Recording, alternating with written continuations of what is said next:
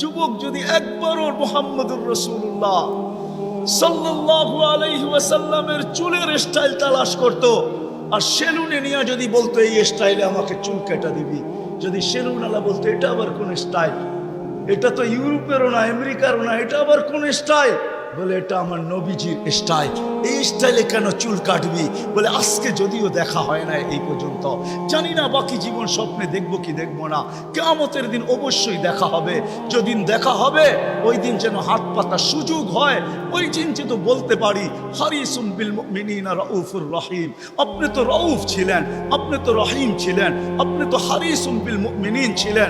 আমি জীবনভর কিচ্ছু করতে পারি না, শুধু আপনার স্টাইলে একবার চুল কাটছি, আমাকে কি দিবেন দেন না? আমি তো এটাই কাঁদি যে যুবক যদি জীবনে একবারও নবীর স্টাইলে চুল কাটতো, মা বোন যদি জীবনে একবার ফাতেমার স্টাইলে সাজতো, সাজে তো আমার সমাজের মা বোনরা সাজে, বাসর রাতে সবাই সাজে, কেউ পার্লারে সাজে, কেউ গ্রামের মহিলা সাজায়, কেউ কাউকে বান্ধবীরা সাজায়, কাউকে ঘরের মানুষ সাজায়, কেউ নিজে নিজেই সাজে। হয় বাসর রাত্রে সাজটা যদি ফাতেমার মতো হইতো, আমার জাতির সব পার্লারে যদি এই নিয়ম হইতো যে বাসর ঘরের সাজ ফাতেমার সাজে সাজ হবে, কিয়ামতের দিন যেদিন ফাতেমার হাতে ঝান্ডা হবে, তো আমার মা বোনদেরও ছুটা যায় ওইখানে দাঁড়ানোর সুযোগ হইতো। ফাতেমা যদি বলতো তুই কোত্থেকে আসলি ছুটা, তখন বলার সুযোগ হইতো কিছু তো করতে পারি না জীবনে, কিন্তু বাসর রাতের শ্বাসটা তোমার মতো ছিল, আপনার মতোই সাজছিলাম, এই জন্য আজ ছুটা চলে আসছি, জানটা তো আপনার হাতে, ওই সাজের উছিলায় আমাকেও নিয়ে চলেন না। আমার জাতিকে কেমনে বোঝাবো? রসুলের আদর্শ শিখি, কিন্তু যদি গাজীপুরের সচেতন নাগরিক বলে যে 1400 বছর আগে চলে গেছে, হিজরি কত চলতেছে? 10 হিজরিতে আল্লাহ রসুল চলে গেছেন, এটা মনে হয় 46 চলতেছে হিজরি, 1446, ঠিক না? তাইলে 10 বাদ দিলে 1436 বছর আল্লাহ রসুল দুনিয়ার থেকে চলে গেছে। ওনাকে পাবো তো পাবো কোথায়? তো কোরআন হাদিস এটাই বুঝায় যে ওনার উত্তর সুরীরা কিয়ামতের সকাল পর্যন্ত, হক্কানি আলেম ওলামা কিয়ামতের সকাল, যতদিন আল্লাহ চাবে অতদিন থাকবে। আজও আছে না নাই? উলিল আমরি মিনকুম, হক্কানি আলেম ওলামা আল্লাহ ওয়ালারা থাকবে, আল্লাহ রসুলের সব সুরক্ষিত আছে। আমি তো বলি মাঝে মাঝে, হায় হায় জানোয়ার যতটুকু চিনলো আমরাও চিনলাম না। বিদায় হজের দিন আল্লাহ রসুল উম্মতের নামে যখন কুরবানি করতেছিলেন, তো নিজে 40টা কি 60টা উট নিজের হাতে কুরবানি করছেন, বাকিগুলো আলী রাদিয়াল্লাহু তাআলা আনহু করছেন।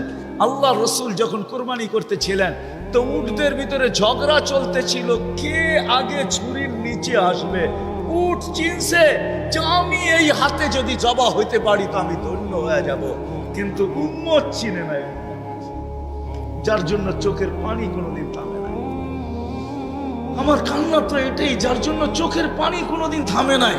জিবরিল মিকাইল জিজ্ঞাসা করছে মা জালা আরাকা তাবকি, যখনই দেখি কাঁদেন কেন? বলছে জিবরিল মিকাইল জান্নাত জাহান্নাম যেদিন থেকে দেখা আসছে, উম্মতের চিন্তায় আমার চোখের পানি থামে না, চোখের পানি শুকায় না। দুনিয়ার থেকে যেই মুহূর্তে বিদায় নিতেছেন, 9 ফ্যামিলি ক্ষুধার্ত, হাসান হোসাইন ক্ষুধার্ত, আলী ফাতেমা ক্ষুধার্ত, নিজে ক্ষুধার্ত, কয়েক বেলার ক্ষুধা, নাইলে আম্মা জান এই কথা বলতেন না যে খিদার তাড়না এতটুকু ছিল, ঘরে যদি বাতি জ্বালানোর তেল থাকতো তাহলে খিদা নিবারণের জন্য পান করে নিতাম। আম্মা জান আয়েশা রাদিয়াল্লাহু তাআলা আনহা বলেন ক্ষুধার্ত কতটুকু ছিলেন। কিন্তু এটার জন্য কান্না না, আমার পরে 9 ফ্যামিলির কি হবে, আমার পরে হাসান হুসাইনের কি হবে। জানেন হাসান জবা হবে, জানেন হোসাইন জবা হবে কারবালায়, জানেন হাসানকে বিষ দিয়া দুনিয়ার থেকে বিদায় করে দেওয়া হবে, এই জন্য কাঁদতে ছিলেন না। জিবরিল জিজ্ঞাসা করছে আপনি কাঁদেন কেন?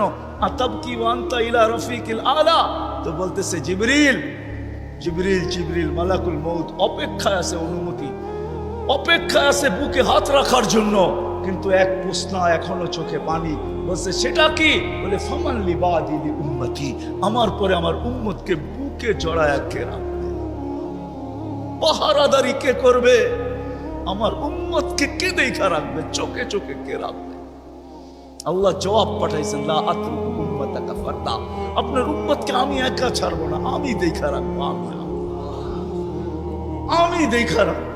ওই রসুল, চলেন মনে উঠছে একটু শোনায় দেই, ওই রসুল যার দুরুদ, যার জুরুদ, বন্ধুর জুরুদ আল্লাহ যতদিন থেকে আসেন, আল্লাহ চিরঞ্জীব, আল্লাহ আউয়াল আউয়াল আখের, বন্ধুর জুরুদ কোনোদিন বন্ধ হইতে দেন না, আর কোনোদিন বন্ধ হইতে দিবে না। হ্যাঁ হ্যাঁ, আমি দলিল দিতেছি, কোরআন এটাই বোঝায়। ইমাম সাহেবরা জুমার দিন এটাই করে, ইন্নাল্লাহা মালাইকাতাহু ইউসাল্লুনা আলান নবী ইয়া আইয়ুহাল্লাযীনা আমানু সাল্লু আলাইহি ওয়া সাল্লিমু তাসলিমা। আমার এখানে তিনটা প্রশ্ন আসে।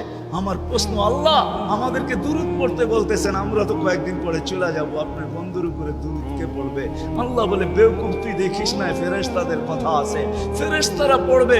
আল্লাহকে যদি প্রশ্ন করি, আল্লাহ ফেরেশতাও তো একদিন মারা যাবে, আপনি সাইনবোর্ড লাগায় রাখছেন, ইন্নী কাতাবতুল মাউত আলা মান তাহতা আরশি আল্লাযীনা লা ইয়ামুত হাই লা ইয়ামুত ফাহুয়া ফাওকা আরশি। আরশের নিচে তো লেখা আছে, আরশের নিচে যে আছে তাকে মরতে হবে, আর শুধু চিরঞ্জীব আরশের উপরে আপনি বিরাজমান, সব মরতে হবে, তো ফেরেশতাও তো মরে যাবে, আপনার বন্ধুর উপরে দুরূদ কে পড়বে?